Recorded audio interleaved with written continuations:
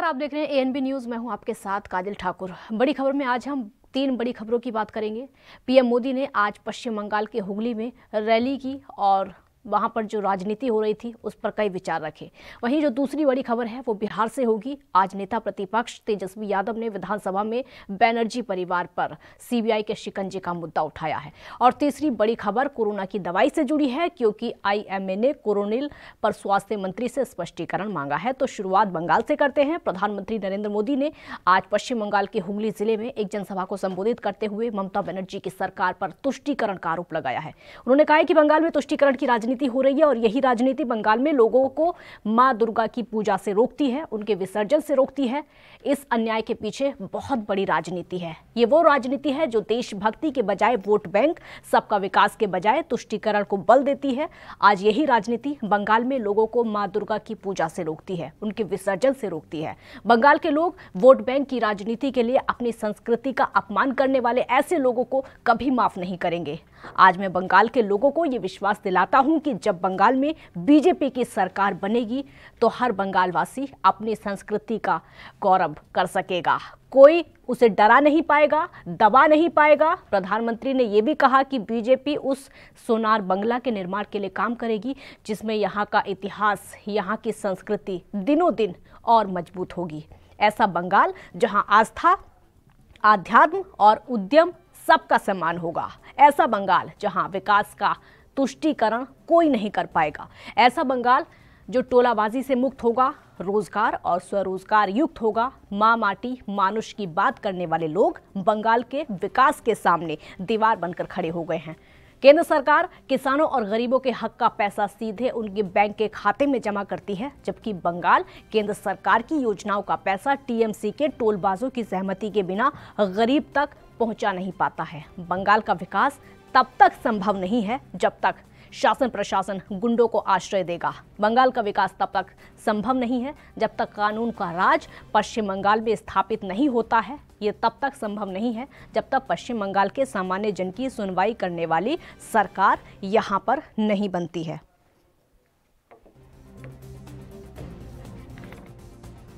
पश्चिम बंगाल में भाजपा की सरकार सिर्फ सत्ता में परिवर्तन के लिए नहीं, बल्कि आसोल परिवर्तन के लिए बनानी है। आसोल परिवर्तन, बल्कि यहां कमल खिलाना इसलिए जरूरी है ताकि पश्चिम बंगाल की स्थिति में वो आसोल परिवर्तन आ सके जिसकी उम्मीद में आज हमारा नौजवान जी रहा है। आजादी से पहले बंगाल देश के अन्य राज्यों से बहुत आगे था, लेकिन जिन लोगों ने बंगाल पर राज किया उन्होंने बंगाल को आज इस हालत में पहुंचा दिया। मां माटी मानुष की बात करने वाले लोग बंगाल के विकास के सामने दीवार बनकर के खड़े हो गए हैं। केंद्र सरकार किसानों और गरीबों के हक का पैसा सीधा उनके बैंक खाते में जमा करती है। तो हुगली में प्रधानमंत्री मोदी की आज बड़े स्तर पर रैली हुई। 1 महीने में तीसरा दौरा प्रधानमंत्री मोदी का पश्चिम बंगाल में। कमल खिलाने की पूरी कोशिश बीजेपी की तरफ से की जा रही है। टीएमसी अपनी तरफ से पूरी कोशिश कर रही है, लेकिन सत्ता वापसी का सपना संजोए टीएमसी शायद इस बार मात खा जाए, ये बीजेपी का ख्वाब है। क्योंकि बीजेपी के जो स्टार प्रचारक हैं इस समय पश्चिम बंगाल में दिखाई दे रहे हैं, चाहे वो प्रधानमंत्री मोदी हो, जेपी नड्डा हो या फिर अमित शाह हो। जिस तरीके से हर राज्य में चुनाव होते हैं वैसा ही हाल इस समय पश्चिम बंगाल में भी देखने को मिल रहा है। वहां पर जैसे हालात हैं, लगातार हत्या होती हैं, लूट, डकैती, रेप जिस तरीके से लगातार होती हैं, वो तमाम मुद्दे आज प्रधानमंत्री ने उठाए, चाहे वो जल का मुद्दा हो, नाली का मुद्दा हो, सड़कों का मुद्दा हो या फिर हत्याओं का। और सीधे सीधे तुष्टीकरण की राजनीति का आरोप ममता सरकार पर पश्चिम बंगाल में लगाया। आज हुगली में प्रधानमंत्री की हुंकार देखने को मिली और परिवर्तन की पुकार भी देखने को मिली। बंगाल में असल परिवर्तन अब होगा, अब तक सिर्फ अन्याय था, ये प्रधानमंत्री का कहना है। बीजेपी को उम्मीद है कि प्रधानमंत्री के जाने से शायद वहां पर बीजेपी सत्ता में काबिज हो जाएगी, क्योंकि लगभग हर राज्य में ऐसा होता है कि प्रधानमंत्री की रैलियां होती हैं। लेकिन उसी के बीच में सीबीआई की एंट्री हो जाती है। बनर्जी परिवार पर सीबीआई का शिकंजा जिस तरीके से देखने को मिल रहा है, सीधा सीधा आरोप बीजेपी पर कि चुनाव से ध्यान भटकाने की कोशिश की जा रही है, चुनाव को प्रभावित करने की कोशिश की जा रही है। इसीलिए सीबीआई और ईडी का सहारा सिर्फ बीजेपी को है। इसीलिए सवाल अब ये उठता है, क्या सीबीआई और ईडी के सहारे अब बीजेपी सत्ता पाने की कोशिश कर रही है? क्या सीबीआई के जरिए चुनाव को प्रभावित करने की कोशिश की जा रही है? क्या सीबीआई के जरिए ममता सरकार को हटाने की कोशिश की जा रही है? चाहे वो पुडुचेरी हो, वहां पर कांग्रेस की सरकार गिर चुकी है, वहां पर सीधा सीधा आरोप बीजेपी पर लगाया जा रहा है कि विधायकों की खरीद फरोख्त की गई, जिसके चलते कांग्रेस की सरकार पुडुचेरी में गिर गई।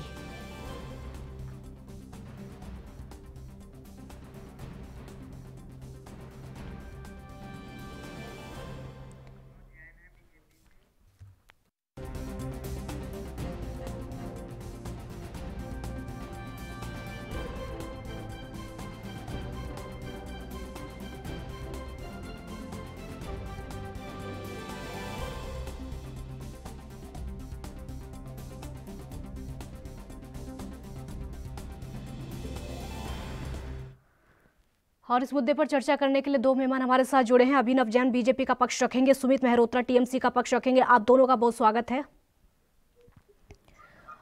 सुमित जी, मेरा पहला सवाल आपसे होगा। प्रधानमंत्री का कहना है कि अब असल परिवर्तन होगा पश्चिम बंगाल में, अब तक क्या था टीएमसी की सरकार में? काजल जी, मैं आपके चैनल पे दूसरी बार बैठ रहा हूँ और जिस तरीके से आज मैंने प्रेस के माध्यम से, चैनल के माध्यम से देखा है कि माननीय मोदी जी आज बंगाल के दौरे पे थे और उन्होंने बड़ी बड़ी घोषणाएं करी हैं कि वहां पे बंगाल में परिवर्तन होगा। परिवर्तन क्या वहीं पे होगा या फिर उत्तर प्रदेश या सभी जगह पे होगा? वहां पे तो कोई परिवर्तन होने वाला नहीं है। ये घोषणाएं करते हैं, काम कुछ नहीं करते हैं। धरातल पे इनका कोई भारतीय जनता पार्टी कोई वहां पे है नहीं जो ग्रास रूट पे ये लोग कर पाए। ये केवल घोषणाएं करते हैं और कुछ नहीं है इनका। अभिनव जैन जी, ऐसा कौन सा परिवर्तन है जो केंद्र में हम अब तक नहीं देख पाए, बीजेपी शासित जो राज्य हैं वहां पर हम अब तक नहीं देख पाए, जो कि पश्चिम बंगाल में देख पाएंगे, जिसकी बात आज प्रधानमंत्री ने कही है? टीएमसी सरकार जो चल रही है, जो कि माफी मानुष की बात करते हैं, उन्होंने बंगाल जैसे ऐतिहासिक प्रदेश का बेड़ा गर्क कर दिया है।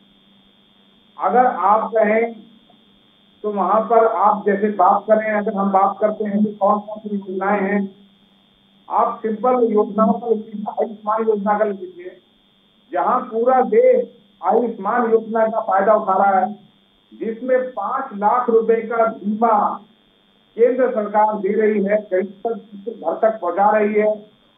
उसके परिवार में अगर कुछ अनहोनी होती है, कहीं उसको किसी इलाज की जरूरत होती है, तो 5 लाख रुपए तक का इलाज वो किसी भी हॉस्पिटल में जाके करा सकता है।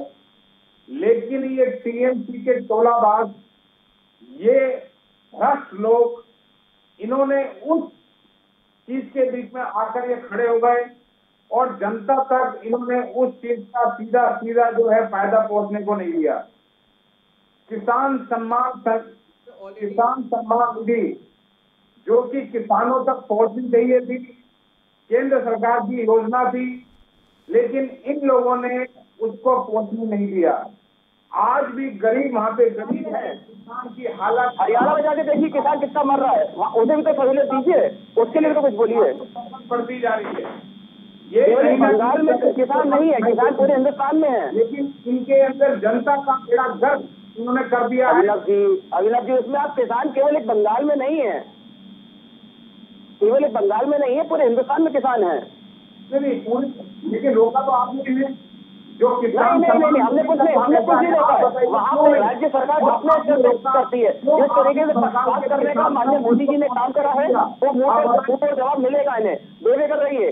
सुमित मल्होत्रा जी, जो योजनाएं केंद्र सरकार बनाती है उनको पश्चिम बंगाल में लागू नहीं किया जा रहा, बीजेपी का आरोप है। नहीं, बीजेपी वाले तो अपना प्रोपेगेंडा करते हैं ना।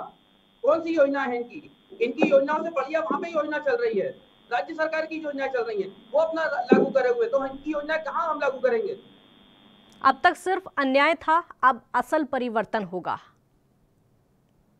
ये तो आज का नहीं, ये लोग तो रोज कहते हैं, हर जगह कहते हैं कि परिवर्तन होगा, पता नहीं कौन सा परिवर्तन होगा। आज हिंदुस्तान के अंदर परिवर्तन के नाम पे ये लोग यही करते हैं।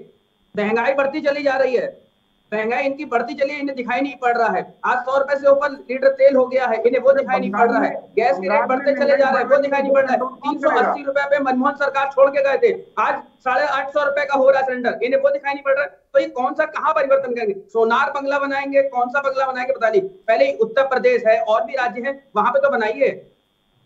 आपका मतलब है कि बंगाल तक ना जाए हम, बंगाल की जनता। अभिनव जैन जी, मेरा सवाल सुनिए आप, मेरा सवाल सुनिए आप। अभिनव जैन जी, मेरा सवाल सुनिए आप। ऐसे कोई सुन नहीं पाएगा, अगर दोनों लोग साथ में बोलेंगे तो कोई सुन नहीं पाएगा। नहीं होने देंगे वहाँ पे। मेरा सवाल सुन लीजिए, दोनों लोग अगर साथ में बोलोगे तो कोई सुन नहीं पाएगा, आपकी आवाज नहीं जाएगी। दोनों लोग साथ में बोलेंगे तो मेरा सवाल सुन लीजिए। 1 महीने में प्रधानमंत्री का तीसरा दौरा पश्चिम बंगाल में उम्मीद दिखाई दे रही है, इसलिए प्रधानमंत्री को भेजा जा रहा है, या फिर प्रधानमंत्री से उम्मीद है इसलिए पश्चिम बंगाल में भेजा जा रहा है? काजल जी, जिस तरीके से माननीय मोदी जी का तीसरी बार दौरा हो रहा है, दौरे करे, खूब दौरे करे, पर जनता तो इन्हें नहीं चुनेगी ना। वहां पे माननीय ममता दीदी को चुनेगी। जो योजनाएं उनकी, उसके ऊपर उन्हें विश्वास है कि हाँ, माननीय ममता दी ने जो योजनाएं बना करके उन्हें दी थी, 5 साल में काम करा है, उन्हें विश्वास है कि हाँ, दीदी को ही हम सीएम बनाएंगे। ये लोग आते हैं बरसाती मेढक की तरह भाषण देते हैं, बड़ी बड़ी योजनाएं बनाते हैं और चले जाते हैं। अभिनव जी, यही सवाल मेरा बीजेपी से भी है। अभिनव जी, यही सवाल मेरा बीजेपी से है। पश्चिम बंगाल में उम्मीद दिख रही है, इसलिए प्रधानमंत्री को भेजा जा रहा है, या फिर प्रधानमंत्री से उम्मीद है इसलिए वहां पर भेजा जा रहा है? देखिए, यहाँ पे प्रधानमंत्री जी को भेजा क्यों जा रहा है? प्रधानमंत्री जी भारत के प्रधानमंत्री हैं और देश की जनता, बंगाल की जनता उन्हें सुनना चाहती है। आप इस बात को आप गौर करना पड़ेगा आप लोगों को कि जिस तरह की योजनाएं केंद्र सरकार लेके आई है, नहीं, उनसे तो उम्मीदें हैं, प्रधानमंत्री से उम्मीदें, ये तो लगभग हम हर राज्य में देख लेते हैं। प्रधानमंत्री से उम्मीदें ये तो देख लेते हैं, पश्चिम बंगाल से कोई उम्मीद है जो उनको भेजा जा रहा है? देखिए, मैं आपको बताना चाहूंगा, आज भी प्रधानमंत्री जी ने बंगाल के अंदर बंगाल की जनता को बताया है, उसको हम इग्नोर नहीं कर सकते। वो इस तरह की योजनाएं भारत सरकार बंगाल के लिए लेके आई है, जिसका फायदा अंतिम पायदान पर खड़े हुए। अभिनव जी, कौन सी योजनाएं हैं आपकी? योजनाओं के नाम तो बताइए। सुन लीजिए, आप कौन सी योजनाएं लेकर के गए हैं? जवाब दे रहा हूँ, सुन लीजिए, आप सुनने का भी रखते हैं। बंगाल में रहने वाले बताइए, तो योजनाओं के नाम बताइए। खड़े हुए इंसान को भी केंद्र की योजनाओं का फायदा मिलेगा।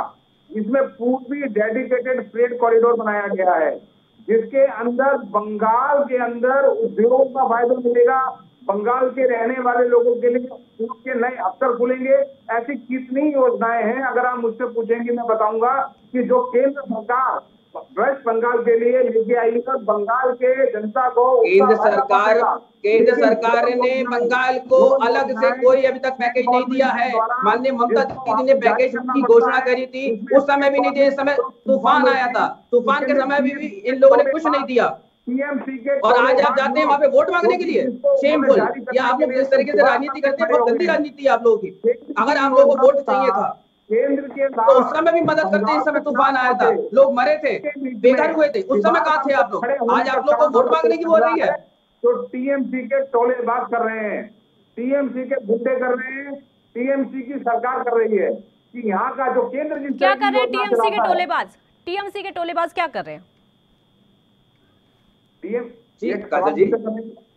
क्या कर रहे हैं? जवाब दीजिए, क्या कर रहे हैं टीएमसी के टोलेबाज? पता तो चलना चाहिए ना सबको। देखिए, ये तो एक नया वर्ड लेकर के आते हैं ना, टोलेबाज। ये तो इन्हीं लोगों से पूछिए ना, ये लोग तो नया वर्ड लेके आते हैं। वहाँ पे ऐसा कुछ है नहीं। टोलेबाज का मतलब क्या, ये समझा दीजिए जरा, टीएमसी कंफ्यूज है। देखिए, जिस तरह से मैंने कहा कि जो केंद्र जो भी योजना और जो ये लोग जो भी फायदा, चाहे वो किसान हो, चाहे वो वहाँ का आम आदमी हो, चाहे वो उद्योगपति हो, चाहे वहां का रहने वाला हो, जिस तरह का फायदा वो लोग पहुंचाने की कोशिश करती है भारत सरकार, वो उसको पहुंचने नहीं देते। वो लोग दुर्गा अभिनव जी, बंगाल में जनता खुश है, दीदी के नेतृत्व में खुश है, वहां पे तीसरी बार सरकार बनाने जा रही है। जो एक धार्मिक अनुष्ठान है उसके लिए वो लोग जो है गुंडागर्दी करते हैं, उसको धार्मिक धार्मिक दिलीप घोष जी ने भी कितना बढ़िया बयान दिया था। धार्मिक भावनाओं को, जो गरीब धार्मिक भावनाओं को ठेस पहुंचाते हैं, पहले आप उस पर भी तो कुछ बात करिए, उस पर भी तो ध्यान दिए। आप देखिए, धार्मिक भावनाओं को ठेस पहुंचाते हैं आप लोग, बंगाली दुर्गा पूजा के ऊपर ठेस पहुंचाते हैं। ये वहां की जनता बिल्कुल। अभिनव जी एक बार सुन लीजिए ना, एक बार सुन लीजिए ना उनको, एक बार सुन लीजिए अभिनव जी, अगर वो अपना पक्ष रख रहे हैं तो एक बार सुन लीजिए उनको, एक बार सुन लीजिए, एक एक करके बोलेंगे तो ज्यादा अच्छा रहेगा। बोलिए सुमित मेहरोत्रा जी, टीएमसी का पक्ष रखिए, क्या बोल रहे हैं?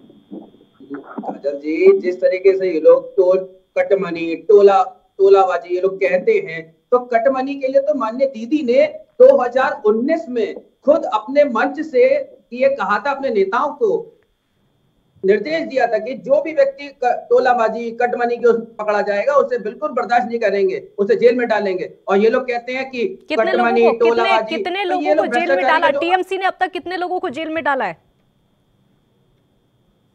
काजल जी, जितने लोगों का पकड़ में आ रहा है, कार्रवाई हो रही है, पार्टी से निकाला जा रहा है, उसके ऊपर दीदी कोई समझौता नहीं करती हैं। चाहे आज मुकुल राय को देख लीजिए, मुकुल राय भी करप्टेड थे, उन्हें निकाल दिया पार्टी से। ममता बनर्जी का एक कार्टून बना दिया जाता है, ममता बनर्जी का एक कार्टून बना दिया जाता है, उस कार्टूनिस्ट पर बड़ी कार्रवाई हो जाती है। ये हो रहा है पश्चिम बंगाल में। तो नहीं कहा जाती, ऐसा कुछ नहीं है। अभी थोड़े दिन पहले एक आर्टिस्ट है, उसने माननीय मोदी जी का केवल एक मिमिक्री कर दी डीजल और पेट्रोल को लेकर के, उसके ऊपर कार्रवाई कर दी माननीय मोदी जी ने, और वही 2014-2019 में वो उनका लोकप्रिय था। ऐसा क्यों? अभिनव जैन जी, इसको भी तो इनसे पूछिए। ठीक है, वो सवाल उनसे मैं पूछूंगी। प्रधानमंत्री वहां पर तीसरी बार पहुंच चुके हैं, प्रधानमंत्री का तो सहारा लिया ही जा रहा है, ऊपर से टीएमसी आरोप ये भी लगा रही है कि सीबीआई का सहारा लिया जा रहा है। बीजेपी को खुद पर भरोसा नहीं है, इसलिए सीबीआई का भी सहारा लिया जा रहा है। देखिए, टीएमसी के शासनकाल में घोटालों की कमी नहीं है। कुछ दिनों पहले चिटफंड घोटाला चला था, जिसके अंदर टीएमसी के जो है नेता शामिल रहे। अगर किसी भी तरह के घोटाले पकड़े जाएंगे, लेन देन के भ्रष्टाचार के आरोप उन पर लगेंगे, तो सीबीआई का काम है उसका पता लगाना। माननीय न्यायालय है, सीबीआई अगर घोटाला पकड़ा गया, अगर घोटाला पकड़ा गया तो इलेक्शन के टाइम पर क्यों कार्रवाई हो रही है? पहले से क्यों नहीं हुई? हाँ, ये 2014-2019 में अगर घोटाला पकड़ा गया तो घोटाला आज से तो नहीं हो रहा है। कोयला घोटाले की बात आप करें, मुझे पता है कोयला घोटाले की बात आप कर रहे हैं, वो घोटाला आज से नहीं चल रहा बल्कि कई साल पहले से चल रहा है। अब तक कार्रवाई क्यों नहीं की गई? चुनाव से पहले कार्रवाई क्यों की जा रही है? देखिए, केवल एक डराने का वो है और कुछ नहीं है।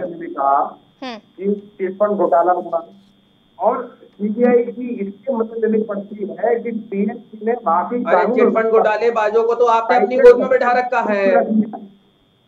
जो वहाँ की पुलिस है वो वहाँ की पुलिस नहीं है, वहाँ का कानून। चिटफंड आरोपियों को तो आपने अपनी गोद में बैठा रखा है। मुकुल राय, ममता दीदी ने सबसे बड़ा नाम है चिटफंड घोटाले का आरोपी। ममता मनमोजी काम कर रही है, उसके ऊपर कार्रवाई करते क्यों नहीं आप लोग? मनमोजी आदमी होता है, मनमोजी राष्ट्रीय महासचिव बना दिया। आप सुन लीजिए, ये आपने उनकी और प्रमोशन कर दिया, डिमोशन की जगह प्रमोशन कर दिया है आपने। आप सुन लीजिए, आप मनमोजी सरकार की तरह से सरकार चला रहे हैं, आप सरकार की तरह से सरकार नहीं चला रहे। मनमोजी सरकार बीजेपी की नहीं चल रही है। एक मिनट, मेरा सवाल सुनिए। मनमोजी सरकार की एनडीए की नहीं चल रही है केंद्र में? क्या मनमोजी सरकार एनडीए की केंद्र में नहीं चल रही है? एनडीए की मनमोजी सरकार कैसे? अगर सरकार मनमोजी नहीं होती तो 80 दिन से किसान बैठे हुए, उनकी सुनी क्यों नहीं जा रही है? देखिए, ये अगर किसान का मुद्दा रखेंगे तो इसके लिए अलग डिस्कशन है। आज हम किसान के मुद्दे बात नहीं कर रहे, और किसान के अंदर कुछ नहीं जाती तो किसानों के खिलाफ कोई भारत सरकार ने कोई कदम नहीं लिया, वो हमारे अपने हैं और उसे किसान का मुद्दा ना कहें। अपनों की तो सुनी जाती है ना, जो अपने होते हैं ना उन्हीं की सुनी जाती है, जो अपने होते हैं उन्हीं की सुनी जाती है। हमारे देश के अन्नदाता सरकार के अपने हैं, लेकिन उनकी सुनी नहीं जा रही है, कोई सुन नहीं रहा है। 12 दौर की अभी बातचीत तो हो अन्नदाता चुकी ने है, केवल कोई नहीं पंजाब से सुन रहा है भगाया है, उनकी बातचीत हो चुकी है। सरकार के साथ में किसान संगठनों की बैठक होती है। देख चुके हैं 26 जनवरी को हमने देखा है कि किसानों के नाम के ऊपर किस तरह से शरारती तत्वों ने इन किसानों ने जो ये देखा है, वो किसान शहादत दी है उसे वो लोग भूलेंगे नहीं। ये आप जो नोट करके रख लीजिए, अप्रैल के माह में चुनाव है, आपको वहां से भगा के रहेगी जनता। भारत का झंडा उतारकर जिन्होंने एक किसी धर्म का झंडा वहां पे लगा दिया, वो किसान थे क्या? आप लोगों ने खालिस्तानी आतंकवादी कह रखा है उन्हें। लाखों ठीक है सुमित मेहरोत्रा जी, मेरा अगला सवाल ठीक है सुमित मेहरोत्रा जी, अगला सवाल आपसे होगा, अगर सीबीआई की कार्रवाई होती है तो क्या टीएमसी को डर लग रहा है? चुनाव की टेंशन है, प्रभावित होने की टेंशन है? नहीं काजल जी, इससे पहले भी सीबीआई का डर दिखाया गया है, ऐसा नहीं है। जांच हुई है, उसमें भी निष्पक्ष रहे हैं। माननीय ममता दीदी के ऊपर भी जांच करी गई थी, तो कुछ नहीं निकला था। ये लोग चुनाव के समय पे ही निकल के आते। 2014 से अगर उन्होंने कोई घोटाला करा है तो 2014 से करते, आप 2019 में करते। अभी अगर टीएमसी को सीबीआई का और कुछ नहीं है इनके पास। अगर टीएमसी को डर नहीं है तो फिर बयानबाजी क्यों सामने आ रही है? अगर टीएमसी को डर नहीं है तो फिर बयानबाजी सामने क्यों आ रही है? अगर टीएमसी को डर नहीं है तो फिर बयानबाजी सामने क्यों आ रही है? नहीं काजल जी, ऐसा कुछ नहीं है, कोई डर नहीं है, बयानबाजी ऐसी कुछ नहीं है। उन्होंने कहा है ठीक है, आप निष्पक्ष तरीके से सीबीआई का यूज करिए ना, केवल चुनाव आप जो यूज करते उसका गलत वो है, आप करिए। आपको कुछ नहीं मिलेगा क्योंकि उन्होंने करा ही नहीं है घोटाला। घोटाला हुए नहीं है तो वो कहाँ से वापस करेंगे? उसमें कर लीजिए आप, और वहाँ की जनता इन्हें सबक सिखा के रहेगी इस बार, देख लीजिएगा। अभिनव जैन जी, वहां की जनता आपको सबक सिखाकर रहेगी, यानी उनका साफ कहना है प्रधानमंत्री वहां पर जो जा रहे हैं, जितनी बड़ी बड़ी कार्रवाई हो रही है, सब कुछ बेकार हो जाएगा। कितनी तैयारी है पश्चिम बंगाल को जीतने की?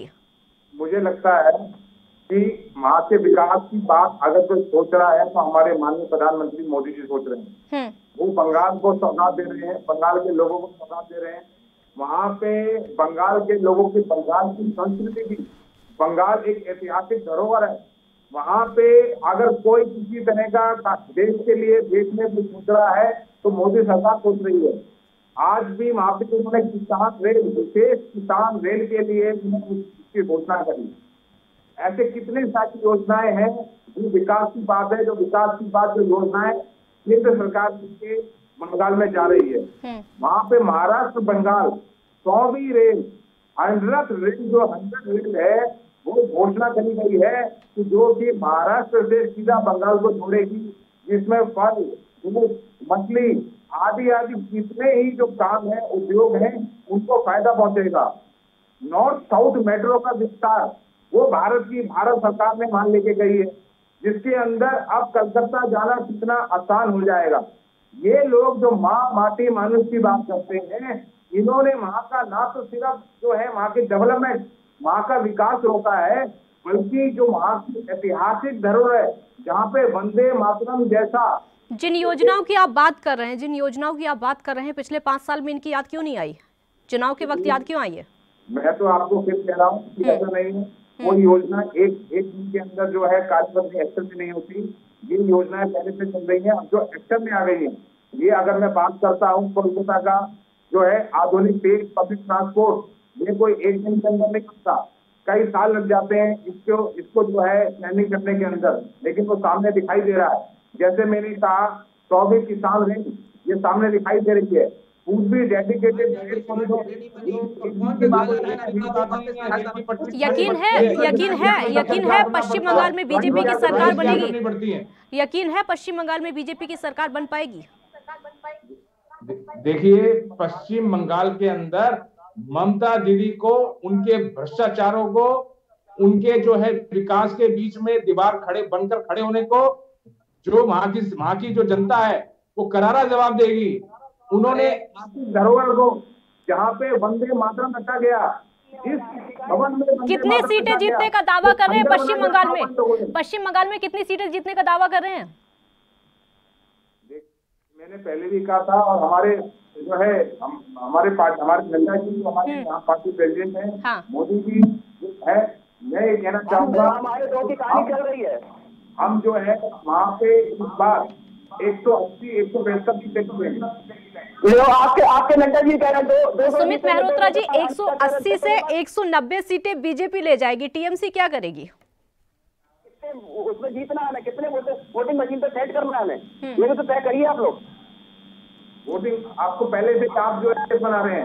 अरे आप लोग बताइए ना, 175 200 आप लोगों को सेट करना होगा ना मशीन में। नहीं, आप पहले तो करना होगा। 180 बता चुके हैं, 180 बता चुके हैं, वो 180 का लक्ष्य बता चुके हैं। बीजेपी का लक्ष्य 180 सीटें जीतने का। आप बताइए टीएमसी का क्या है? काजल जी, वहां पे माननीय ममता दीदी ने 5 साल में जनता की सेवा करी है, और सेवा तो सभी कर लेते हैं, सेवा तो लगभग सभी कर लेते हैं। जितने भी राज्यों के मुख्यमंत्री होते हैं, उत्तर प्रदेश में योगी जी सेवा कर रहे हैं, उत्तराखंड में त्रिवेंद्र रावत सेवा कर रहे हैं, हरियाणा में मनोहर लाल सेवा कर रहे हैं, सेवा तो सभी कर लेते हैं। हमारे देश में प्रधानमंत्री सेवा कर रहे हैं। योजनाएं चल रही है दीदी की, जनता के हित में काम करा है उन्होंने 5 साल, इसलिए कोई अभी तक ऐसा कुछ नहीं था। अब जो ये लोग अपना पहुंचे हैं लेकर के कि हम ऐसा कर देंगे आपके लिए, इतनी बड़ी बड़ी योजनाएं दिखा रहे हैं, सपने दिखा रहे हैं, सपने धरातल पे कुछ है नहीं। आप मुझे बताइए, इन्होंने 6.5 सालों में ऐसी कौन सी चीज है जो हिंदुस्तान में इन्होंने लाके रख दी हो? आज तक बताइए लोग। स्मार्ट सिटी कहाँ है? काला धन कहाँ है? ये लोग कहाँ हैं? काला धन कहाँ है? महंगाई चरम पे पहुंच गई, कहाँ है? और ये मंत्री जी कहते हैं हम महंगाई रोक नहीं पाएंगे, तो ये लोग मुझे बताएं, 6.5 साल में इन्होंने करा क्या है? मोदी सरकार की उपलब्धता, उसकी अचीवमेंट सारा देश जानता है। आप बिल्कुल केवल हिंदू मुसलमान की बातें करने से काम नहीं चलता है। धरातल पे काम करिए, धरातल की बातें करिए, विकास की बातें करिए। हिंदू मुसलमान करने से काम नहीं चलता है। जयंत जी, भारत की सरकार है ये, बंगाल की आपकी ममता सरकार नहीं है ये। हम तभी तो कह रहे हैं, आज मोदी जी को जरूरत पड़ गई है बंगाल बार बार भागने की, बार भागने की। वहाँ पे उनसे संबंध नहीं रहा है, उन्हें मालूम है जनता हमसे खिलाफ हो गई है, तभी वो तीन चार जा रहे हैं। अभी सुमित मेहरोत्रा जी, आखिरी सवाल है मेरा, आखिरी सवाल है, कितनी सीटों का दावा लेकर चल रही है, कितनी सीटों का लक्ष्य टीएमसी लेकर चल रही है? क्योंकि इस बार जो सीधी टक्कर है वो बीजेपी वर्सेस टीएमसी है। कांग्रेस तो खैर दूर दूर तक है ही नहीं।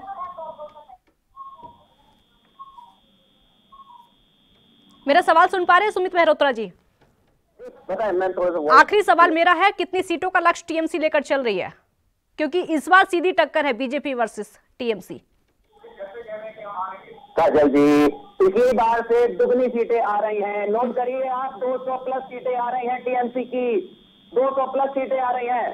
काम करा है जनता के लिए दीदी ने, ठीक है, कोरोना काल में भी काम करा है। इन्होंने कितना काम करा है? जहाँ पे बिहार में जनता मर रही थी। ठीक है, बहुत शुक्रिया, समय की कमी है मेरे पास, बहुत शुक्रिया आप दोनों का। तो पश्चिम बंगाल में जो इस समय चुनाव है, लगातार प्रधानमंत्री मोदी वहां पर पहुंच रहे हैं। 1 महीने में तीसरा दौरा प्रधानमंत्री का, लेकिन वहीं जब सीबीआई की एंट्री हो जाती है तो लगातार सवाल बीजेपी पर उठाए जा रहे हैं। अगली बड़ी खबर का रुख करेंगे। बिहार विधानसभा में नेता प्रतिपक्ष और आरजेडी के नेता तेजस्वी यादव ने ममता बनर्जी के भतीजे अभिषेक बनर्जी के प्रति एकजुटता दिखाई है। उन्होंने कहा है कि सीबीआई के अधिकारी से लेकर सब लोग दबाव में हैं। तेजस्वी ने आरोप लगाया है कि जितने भी कॉन्स्टिट्यूशनल हैं सारे के सारे तानाशाही रवैया अपनाए हुए हैं। तेजस्वी यादव ने अभिषेक बनर्जी के घर पर सीबीआई छापे को लेकर कहा है कि बंगाल में चुनाव को देखते हुए सीबीआई और ईडी का सहारा लिया जा रहा है। हम हमेशा से कहते रहे हैं सीबीआई और ईडी असल में इनका जो काम है वो ना करके पॉलिटिकली एक्टिव हो रहे हैं, एक तरफ के सेल के तरफ से काम कर रहे हैं और पूरी तरीके से स्वतंत्र नहीं है। सीबीआई के अधिकारी से लेकर सब लोग दबाव में हैं। पश्चिम बंगाल का पूरा मामला क्या है ये पहले आपको बता देते हैं। दरअसल कोयला तस्करी मामले में सीबीआई की टीम ने आज टीएमसी सांसद अभिषेक बनर्जी की साली मेनका गंभीर से तकरीबन 3 घंटे तक पूछताछ की। सीबीआई की 2 महिला अधिकारियों ने मेनका से उनके घर पर पूछताछ की है। करीब 3 घंटे तक सवाल जवाब करने के बाद सीबीआई की टीम बाहर निकली और इससे पहले अभिषेक बनर्जी की पत्नी रुजिरा बनर्जी को इसी मामले में पूछताछ का समन दिया गया था और सीबीआई उनके घर पहुंची थी।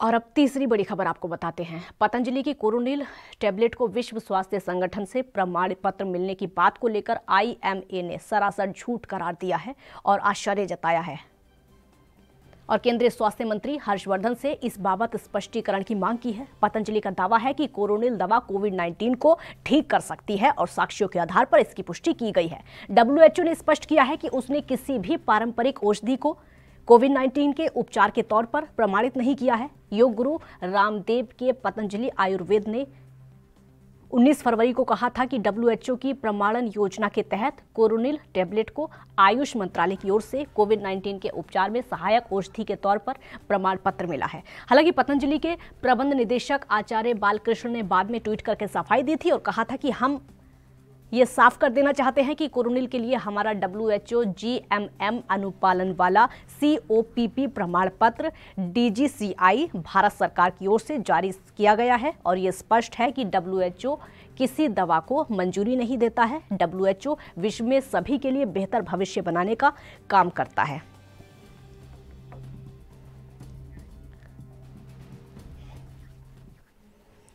और बड़ी खबर में फिलहाल इतना ही। आप देखते रहिए ANB न्यूज़। नमस्कार।